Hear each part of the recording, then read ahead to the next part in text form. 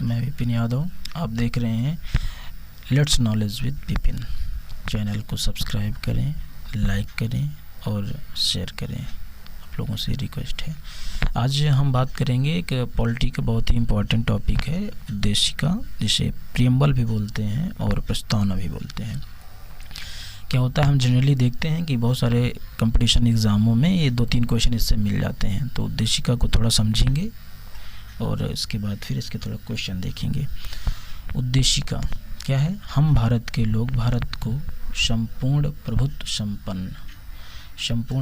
संपन्न समाजवादी पंथ निरपेक्ष लोकतंत्रात्मक गणराज्य बनाने के लिए तथा इसके समस्त नागरिकों को सामाजिक, आर्थिक और राजनीतिक न्याय, विचार, अभिव्यक्ति, विश्वास, धर्म और उपासना की स्वतंत्रता, प्रतिष्ठा और अवसर की समता प्राप्त कराने के लिए तथा उन सब में व्यक्ति की गरिमा और राष्ट्र की एकता, अखंडता सुनिश्चित करने वाली बंधुता बढ़ाने के लिए दृढ़ संकल्प होकर अपने इस संविधान सभा में आज तारीख 26 नवंबर 1949 ईस्वी को एतद द्वारा इस संविधान को अंगीकृत, अधिनियमित और आत्मार्पित करते हैं। मिति मार्गशीर्ष शुक्ला सप्तमी संवत 2006 विक्रमी। ये उद्देशिका है दोस्तों।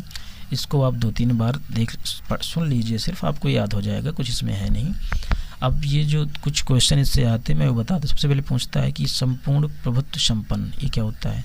संपूर्ण प्रभुत्व संपन्न का होता है कि हमारा जो देश है भारत, या हम लोग जो हैं, हम इस लायक हैं, इसमें सक्षम है कि अपने निर्णय स्वयं ले सकें। हमें किसी भी देश से, किसी भी कंट्री से कोई निर्णय लेने की, सजेशन लेने की सहायता ना पड़े।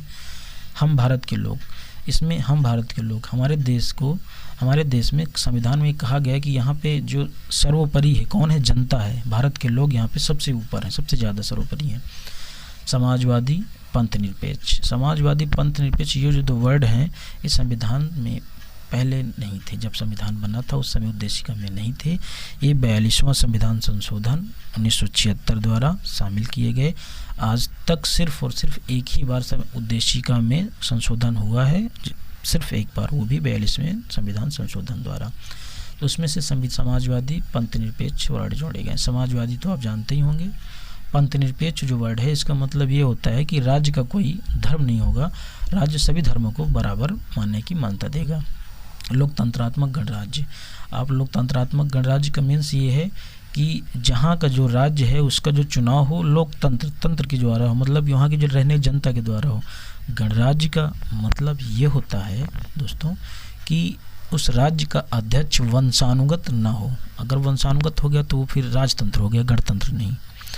वंशानुगत में जैसे कोई राजा है, उसका जो बेटा है वो राजा बन जाए, फिर उसका बेटा है वो राजा बन जाए, तो ये गणतंत्र नहीं होगा, ये राजतंत्र होगा।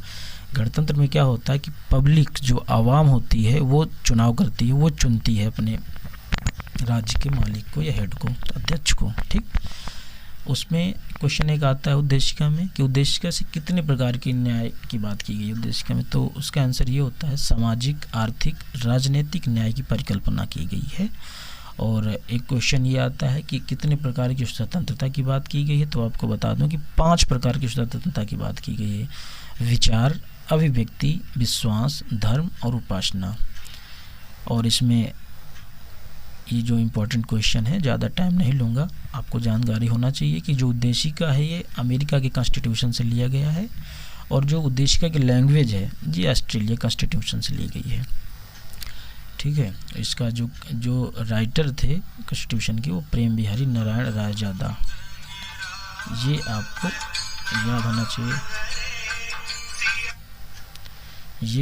याद होना चाहिए। आज के लिए बस इतना ही, उसके बाद कल फिर मिलते हैं अगले वीडियो में। Thank you. जय हिंद, जय भारत।